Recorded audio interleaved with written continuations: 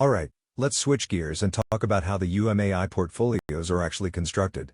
Yes, that's an important topic. Every month, we go over this section, particularly for advisors who are new to using model.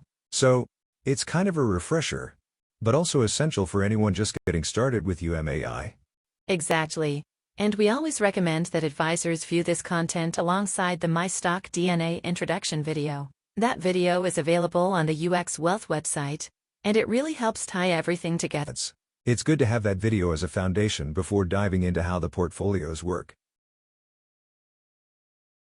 The UMAi models are core strategies designed by the myStockDNA team. Darwin allocates funds between complementary stocks and strategies, aiming to manage risk while still seeking growth. The UMAi models are designed specifically for financial advisors. These models provide flexibility for advisors to match different client risk profiles, making them a go-to solution for balanced, risk-managed portfolios. Alright, let's dive into how UMAi portfolio compositions are determined. Looking at this slide, it seems like we've got different risk levels and strategies in play. That's right. If you look at the bottom section of the slide, it breaks down the different portfolios available: aggressive, growth, moderate, and conservative. As you move from left to right, the portfolios shift from higher to lower risk. So, aggressive targets a higher risk profile, while conservative is built to meet. Got it. And the strategies in each portfolio, aggressive, market neutral, and defensive, are designed for specific market conditions? Exactly. Each strategy has a role. Aggressive strategies are highly correlated with the market and seek growth. On the other hand, defensive strategies are meant to protect the portfolio by having a low or even negative correlation with the market. And in between, market-neutral strategies aim to balance risk and return. These compete for allocation based on performance. But what determines their performance? That's where the asset classes come in, which you can see in the top section of the slide. On the far left, we have the riskier assets like leveraged ETFs and crypto ETFs. As you move to the right, you get safer assets like bonds, US dollar ETFs, and cash. Each strategy can dynamically allocate across these assets based on performance and risk levels. As market risk increases, more allocation would move to the safer assets, like bonds or cash on the right side of the slide? Exactly. And when risk decreases, allocations shift towards riskier assets, like those on the left, such as stocks or leveraged ETFs. Darwin, the AI, makes these adjustments on a weekly or monthly basis. It looks like the portfolios really evolve based on how these strategies and assets perform, keeping everything balanced for the user's risk tolerance. Yes, and that's the key. Advisors can choose the portfolio that fits their client's risk profile, and the system will optimize it over time, ensuring that the strategies adapt to market conditions.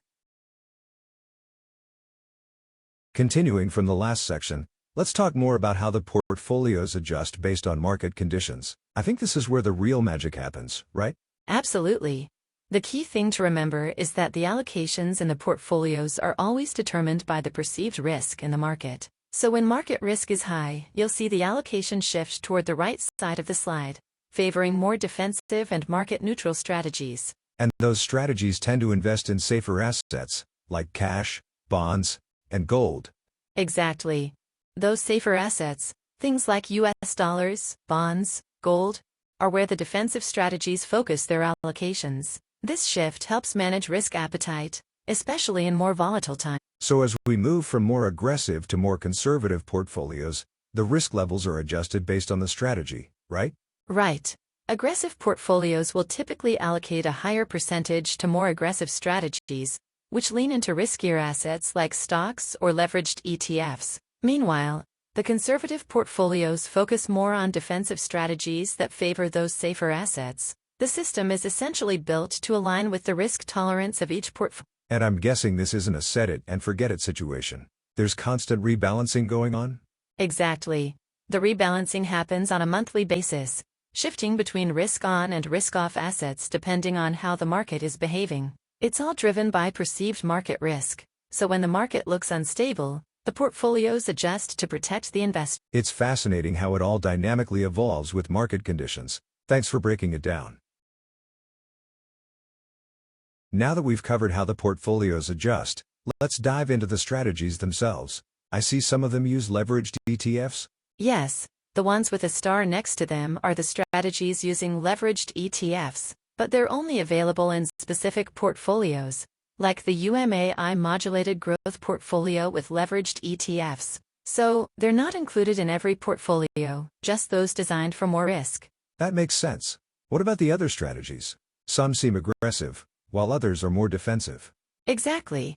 The aggressive ones are designed for growth and tend to move with the market, whereas the defensive strategies are meant to be negatively or minimally correlated with the market. These provide protection when things get volatile. Neutral strategies, they're designed to have almost zero correlation with the market, right? Yes, they're specifically designed to minimize correlation with the market, offering more stability regardless of market conditions. These strategies help keep the portfolio balanced. So, all these strategies, whether aggressive, market neutral, or defensive, are essentially competing for allocation within the portfolio? Exactly. They all compete based on performance, and the performance metrics for each strategy can be viewed with a 15-minute delay on the website. Having near real-time data to track how each strategy is doing. Thanks for that explanation.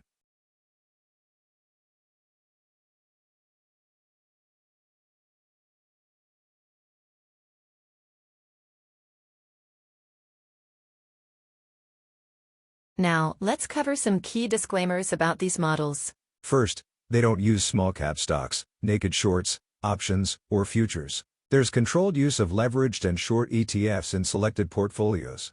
Another point, these models are optimized for monthly volatility, not daily. That means while daily drawdowns might appear higher, the monthly figures show the true risk level.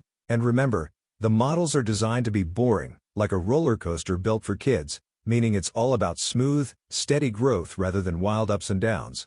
Exactly.